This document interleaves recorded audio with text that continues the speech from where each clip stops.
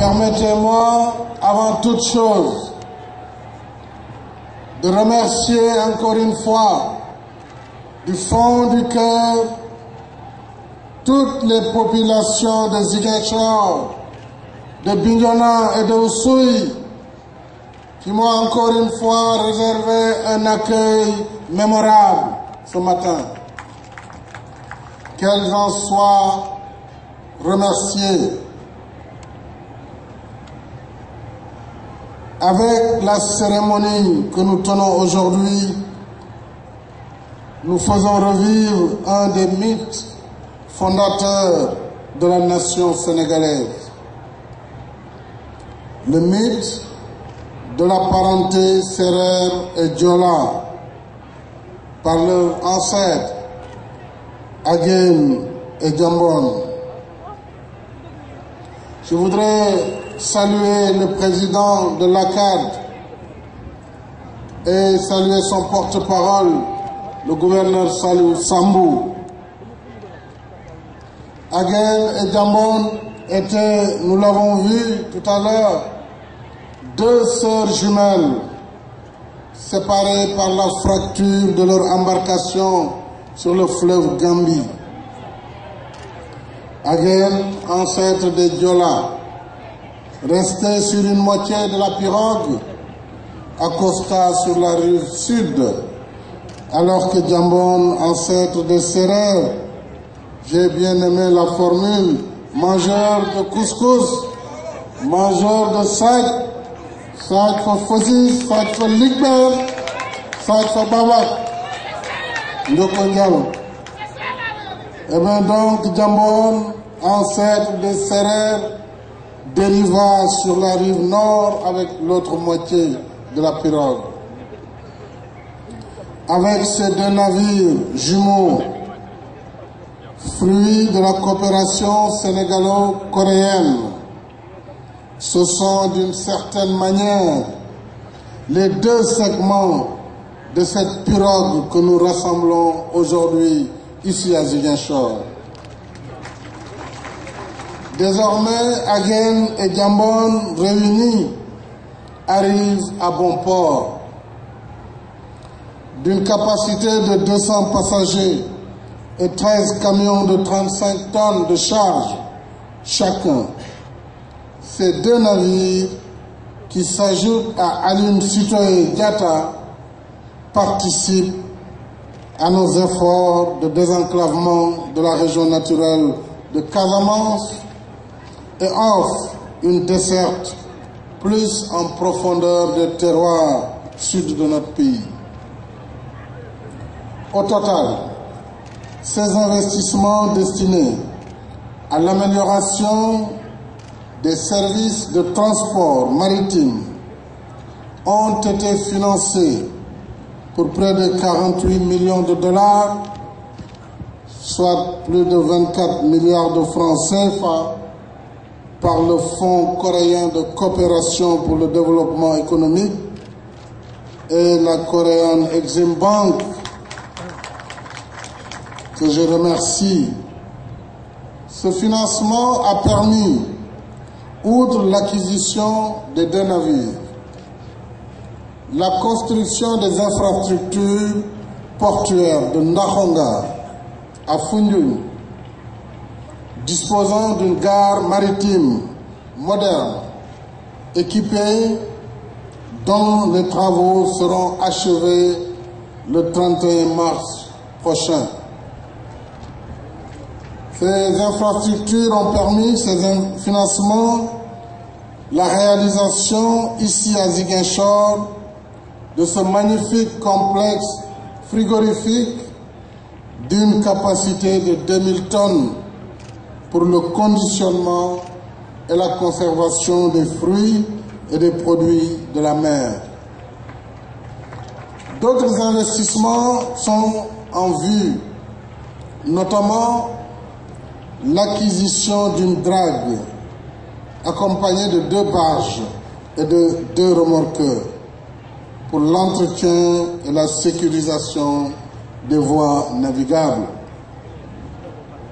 Mais il y a également la construction à Ndahonga, à Foundiougne, d'un terminal d'hydrocarbures avec une zone de stockage de produits pétroliers pour diversifier les sources d'approvisionnement.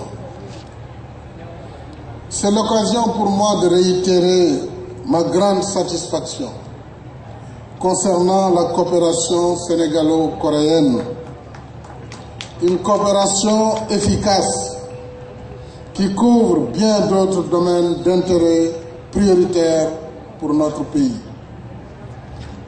Excellence, Monsieur l'ambassadeur de Corée, je vous prie de transmettre tous mes remerciements et l'expression de ma gratitude à Madame la Présidente Geun-hye Park et à son gouvernement et au peuple coréen.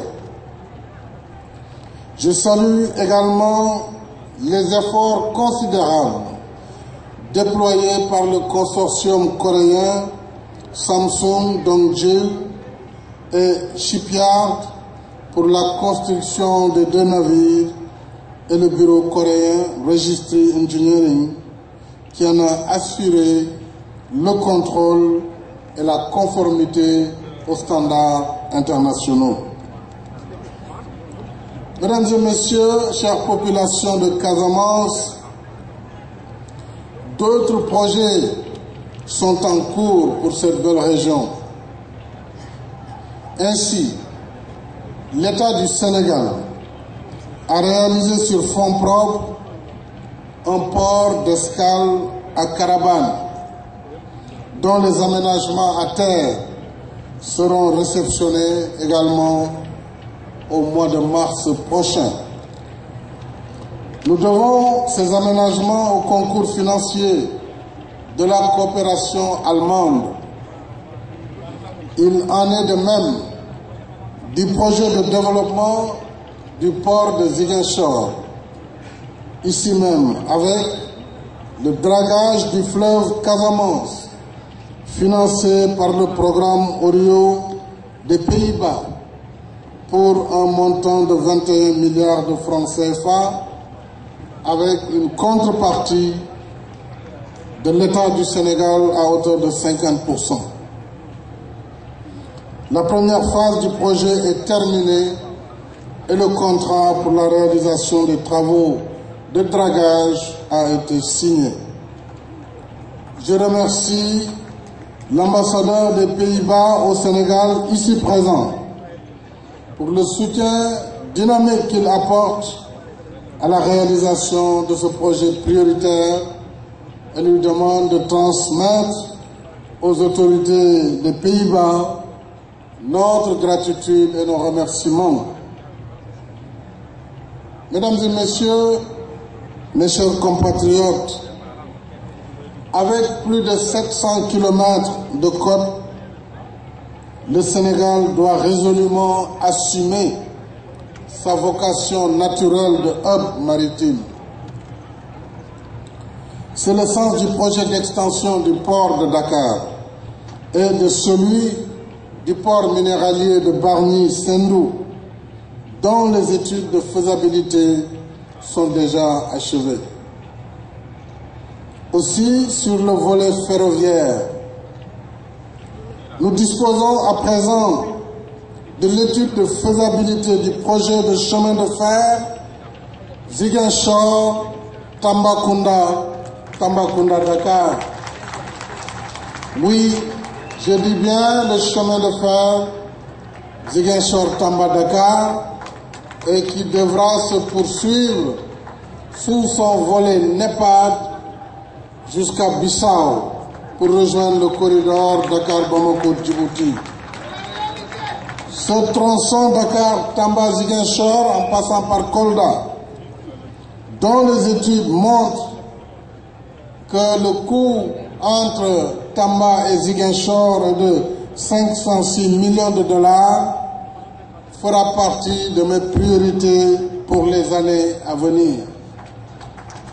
C'est un important projet qui permettra l'interconnexion des régions sud, est, ouest et centre, en facilitant en même temps l'intégration avec les pays de la sous-région et l'exploitation de notre potentiel minier et agro-pastoral.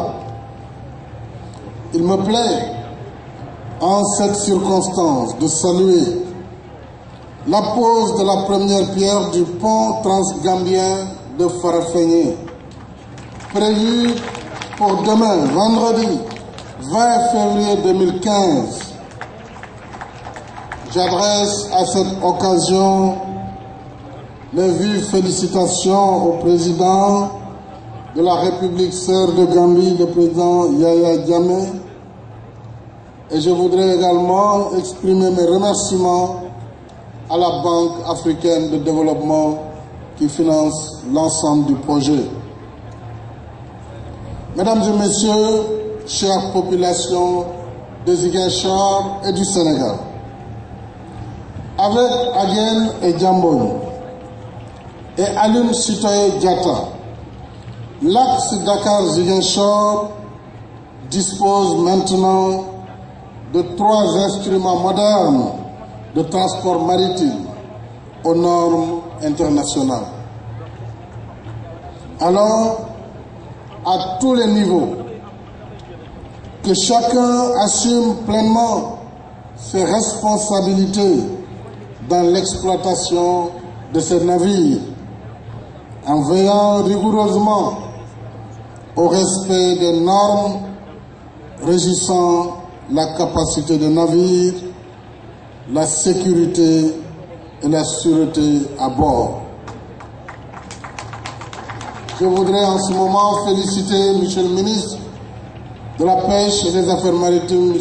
Omar Gueye, pour sa diligence et son engagement ferme. Féliciter également à travers lui le directeur général de l'ANAM, M. Yerim Thioub, mais également l'opérateur, la COSAMA, avec M. Serine Boub et son équipe. Féliciter le port autonome de Dakar et son directeur général, M. Cheikh Kanté, et l'ensemble des acteurs qui ont apporté leur contribution pour la belle réalisation de ce projet. Mesdames et messieurs, chères populations de Casamance, ma vision du développement, c'est l'émergence à moyen terme, mais aussi dans un processus inclusif et durable. C'est pourquoi, dans tous les projets phares du plan Sénégal émergent, le PSE, je tiens particulièrement à faire partager le bénéfice par le plus grand nombre. Telle est ma conception de l'inclusion sociale. C'est dans cet esprit que j'ai décidé de subventionner le tarif prévu pour les rotations Aguène et Djambogne, tout comme pour le Aline Sitoé Diatta, à hauteur de 50%. En ce qui concerne la classe économique, désormais, avec 5 000 francs CFA au lieu de 10 000,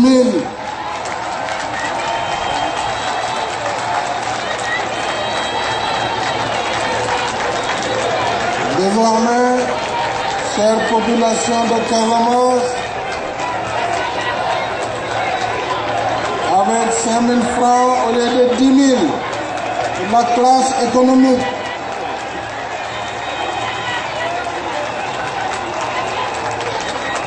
Merci beaucoup. Vous pourrez quitter Ziguinchor pour Dakar et vice-versa avec un niveau de confort et de sécurité optimal. Mes chers compatriotes, souvenez-vous, le 23 mars 2014, ici même à Ziguinchor, je partageais avec vous l'idée d'une Casamance des possibles, cette Casamance de tous les possibles. Faire de la Casamance le pôle touristique de référence de notre pays est bien possible. Et pour cela, je proclame ici et maintenant la Casamance zone de priorité nationale touristique. Je dirais bien la Casamance zone touristique spéciale d'intérêt national. Dans les prochains jours, je vais proposer à l'Assemblée nationale de voter une loi par laquelle tout opérateur touristique qui s'installera dans cette belle région ou qui s'y installe sera exonéré de toute charge fiscale et sociale pendant 10 ans.